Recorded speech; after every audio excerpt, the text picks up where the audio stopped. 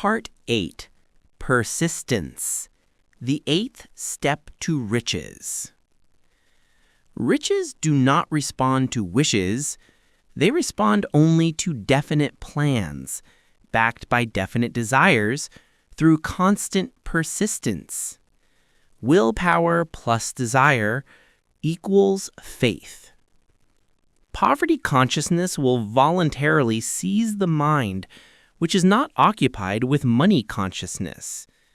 Your only insurance against failure is persistence. It is what keeps you from succumbing to temporary defeat and enables you instead to identify the opportunity within the obstacle. Those who cultivate persistence enjoy not only material riches, but also far greater wealth. The understanding that every failure brings with it the seed of an equivalent advantage. With this knowledge, temporary defeat holds no power, other than that able to be repurposed by the imagination to identify definite plans for achieving one's goal. Persistence results from willpower mixed with intense desire, a combination that produces unshakable faith in the certainty that one will attain their definite chief aim.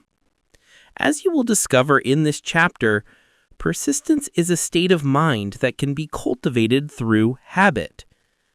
Destructive habits and the complete neglect of one's desire lead to indifference, which causes people to quit when the going gets tough. Passivity feeds poverty consciousness, or one's tendency to focus on, and thus invite more, limitations, inadequacies, and failure. Persistence requires money consciousness, a term certainly broad enough that it might be replaced with success consciousness.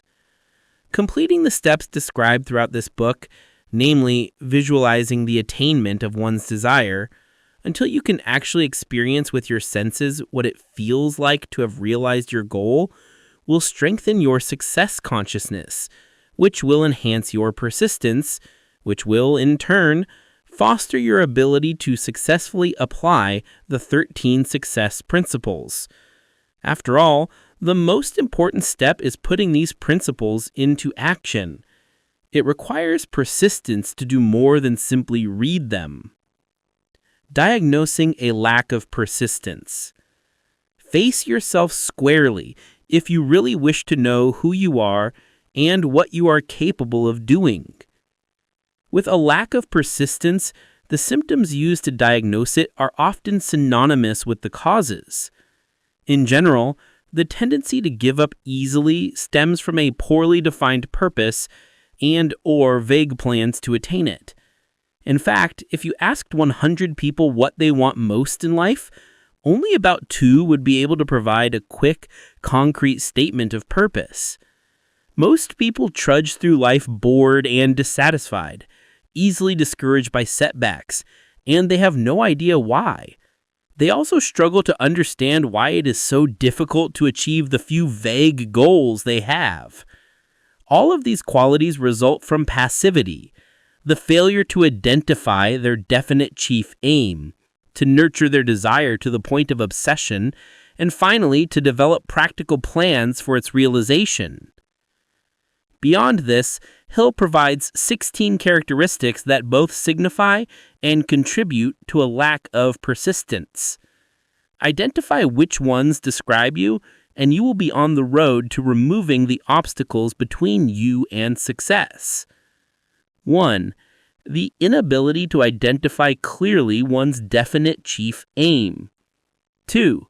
Procrastination. 3. Apathy toward acquiring specialized knowledge. 4. Indecisiveness. 5.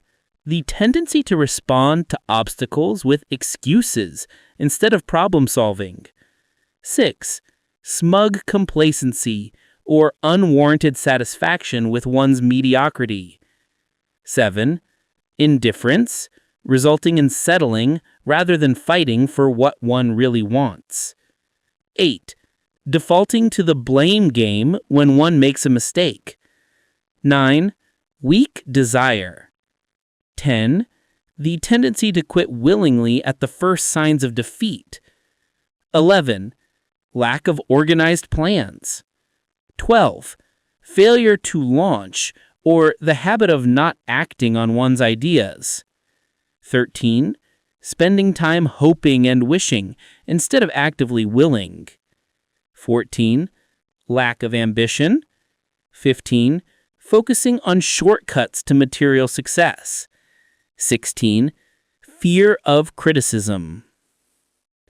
This final trait, discussed in detail in Chapter 14, can be particularly debilitating, resulting in extinguishing ideas before they can be backed by definite plans.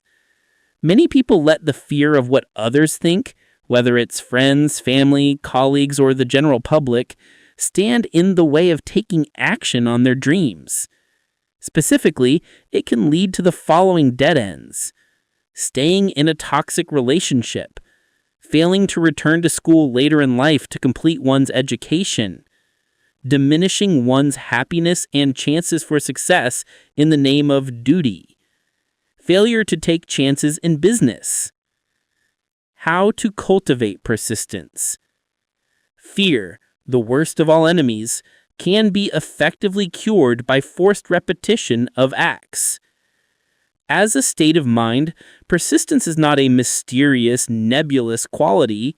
Rather, it results from definite causes, namely, definiteness of purpose, desire, self-reliance, definiteness of plans, accurate knowledge, cooperation, willpower, and habit. Some people are born with a natural predisposition towards persistence, but regardless of your natural tendencies, you can cultivate this quality through the following means. 1. A definite purpose backed by a burning desire for its fulfillment. 2.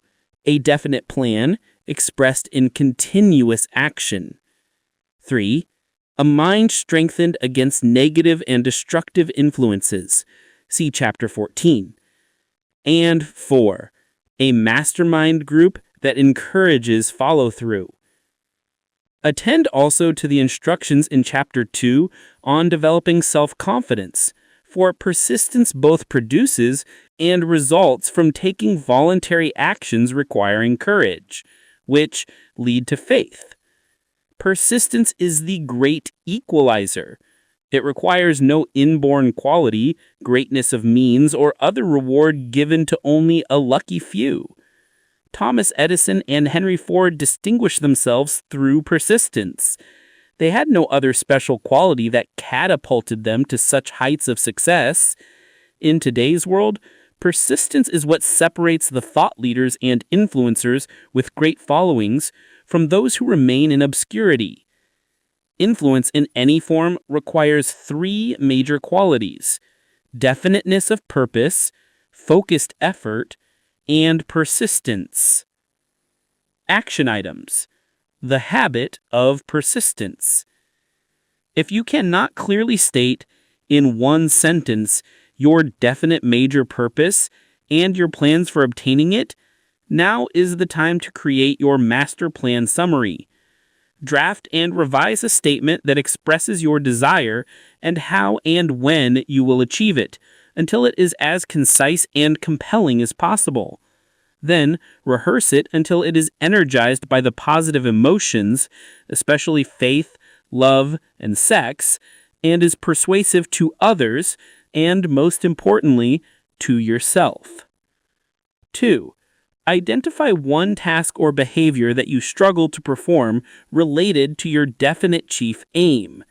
Use the list of definite causes of persistence in this chapter to determine which of these contributors to stickability are lacking.